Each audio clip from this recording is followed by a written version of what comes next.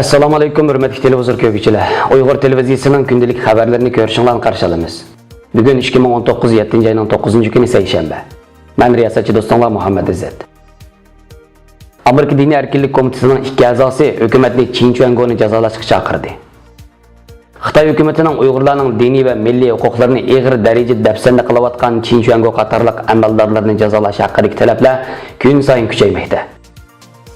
Amerika Davlat Majlisi qarashliq Xalqaro diniy e'tiqod erkinlik komitetining a'zolaridan Tenzin Dorji va Gary Power Amerikadagi Davlat Majlisi tor jurnalida maqola e'lon qilib, Amerika hukumatini darhol Sharq Turkistondagi Kommunistik partiya sekretari Çinchuangoni Magnitskiy qonun orqali jazolashga chaqirgan.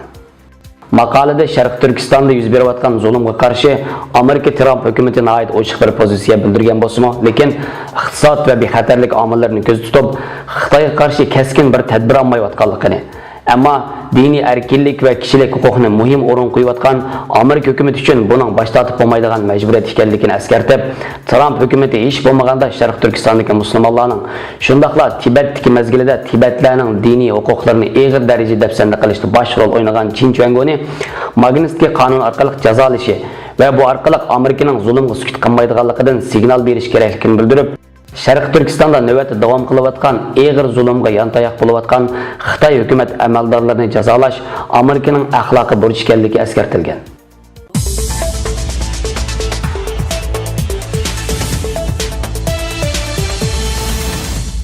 Amerikaning 2020-yillik istixborot xizmatlarini amaliylashtirish haqidagi qonun loyihasida Uyg'urlarga munosabatli moddalar o'rin oldi. Erkin Asiya radiosi xabarida Amerika Avam palatasining a'zosi va shundaqla Avam palata istixborot komitetining boshlig'i Adam Shef tomonidan tanishtirilgan 2020-yillik istixborot xizmatlarini amaliylashtirish haqidagi qonun loyihasida Uyg'urlarga munosabatli moddalar o'rin olgan. Amerika Davlat Majlisining to'r betiga qo'yilgan mazkur qonun loyihasida ma'lum bo'lishicha, mazkur qonunning 5-bob 2-moddasi Xitoy hukumatining Xinjiang Uyg'ur avtonom rayonidagi musulmon millatlar qilayotgan besimi haqida doklad deb atalgan. Onunda mazkur qonun kuchga ega bo'lgandan tortib 150 kungacha bo'lgan aralıqda Amerika Davlatlik istixborot idorasining Avam palata istixborot komitetidan Xitoy hukumatining Sharq Turkistonda yurgizayotgan besim siyosatlari ustida maxsus doklad bilan ta'minlash kerakligi ta'kidlangan.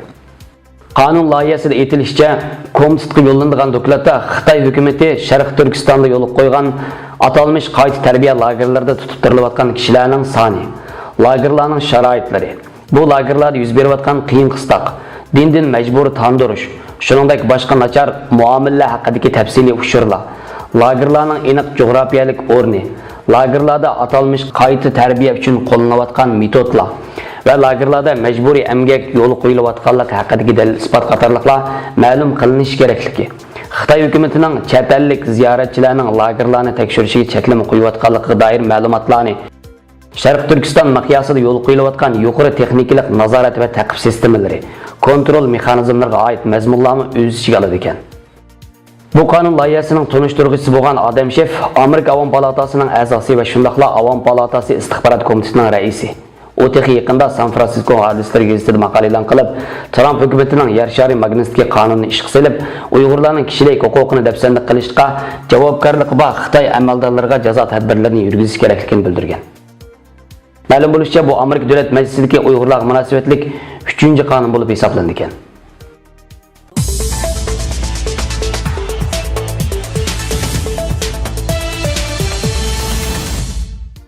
Musulmonlarning Xitoyga qarshi o'rtaq boyquti Xitoyni lagerlarni taqashga majburlaydi.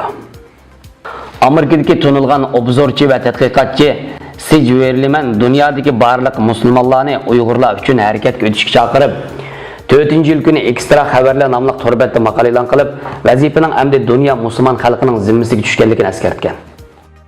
Sijverlimanning qarashicha, dunyo nufusining 25%ni tashkil qiladigan va nufusi 1 milliard 600 milliondan oshirgan musulmon xalqi agar birlikda Xitoyni iqtisodiy va madaniyat jihatdan boyqut qilsa, cho'qim natija chiqadiganligi, buningga dunyodagi musulmonlarning Isroilga qarshi Falastinni tinchlik yo'llari bilan qo'llash harakatining yaxshi bir ulgi bo'la oladiganligi, buning uchun dunyodagi barliq musulmonlarning Xitoy iqtisodida zo'r ta'sir kuchi bo'lgan Huawei, Oppo va Vivo qatorliq shirkatlarining mahsulotlari va Lenovo qatorliq havo yo'llariga qarata boyqut qilishi kerakligini bildirgan.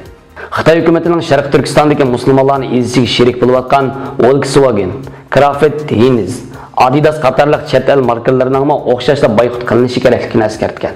O sözüdə Xitay iqtisadi davolanish ishi turayotgan va Amerika hukumati Xitoyga qarshi bir qism iqtisodiy jazo tadbirlarini yo'l qo'yayotgan bir paytda 1,5 milliarddan ortiq kishining o'rtaq harakatining cho'qim Xitoy hukumatini Uyg'ur musulmonlar qaratgan muomalasini o'zgartirishga, jumladan yig'ib olish lagerlarini taqashga majburlaydiganligini bayon qilgan.